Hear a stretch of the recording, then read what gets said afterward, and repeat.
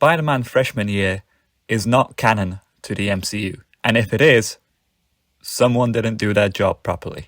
So, to give you guys a real quick rundown, Spider-Man freshman year is a prequel series, mostly taking place before Civil War, and a bunch of new details have been revealed about this show, ones which are incredibly confusing about it whether being canon or not.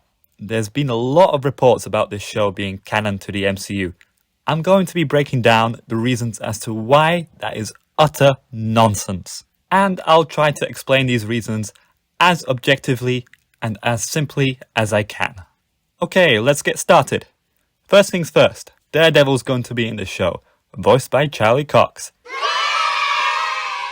But hang on a minute, if he's being voiced by Charlie, does that make the Netflix Daredevil show canon? I have no idea! But moving on, why didn't Peter mention Daredevil to Tony when he was being recruited? Mr. Stark, there's a guy out there with superhuman reflexes and fighting skills. Maybe you should recruit him, instead of a inexperienced kid like me. And even if he doesn't agree to join the team, you should probably still arrest him. Nah, it'll be fine. Number 2, Doctor Strange. Yep, he's going to be in the show, which doesn't make any sense since Peter met Strange for the first time in Infinity War. I'm not even too sure if Stephen had any magical powers when Peter was in his freshman years. Next up is Spider-Man's numerous costumes. Why on earth would Peter wear anything else other than the homemade suit? You know, this reminds me of an interesting argument in Homecoming. Okay, it's not working out. I'm gonna need the suit back. For how long? Forever.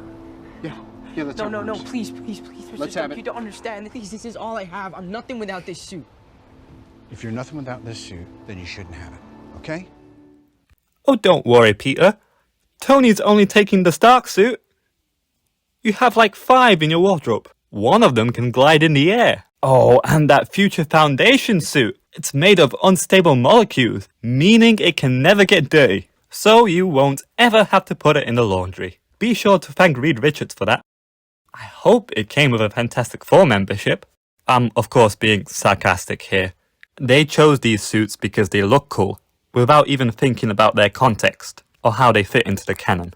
Next on the list are the villains. The very first thing that caught my attention in this image is Scorpion. The Scorpion hasn't even become the Scorpion yet, so why is he in here? And then there's Doc Ock. Peter met him for the first time in No Way Home. He laughed at his full name. Same goes for Norman Osborn. Peter also met him for the first time in No Way Home. Yet here he is in his apartment. Not to mention Harry Osborn, who's going to be in this. Peter's best friend, and he's nowhere to be found in Homecoming. It's just Ned, and that's it. So I think that covers everything. There may be still things I've missed out. Spider-Man freshman year is not canon to the MCU. And all these reports saying that it is canon. I'm sorry, I'm allergic to bullshit. If I were to speculate, they'll probably come out and say, this show takes place in another branch of the MCU multiverse, blah blah blah blah. Let me translate that for you. We couldn't be asked writing a show that would fit into the canon. That would require actual hard work. So we used the get out of jail for free card that is the multiverse. They just want to use the MCU brand to promote the show. Making it fit in with the movies would just be difficult. The multiverse allows them to have their cake and eat it too, I suppose.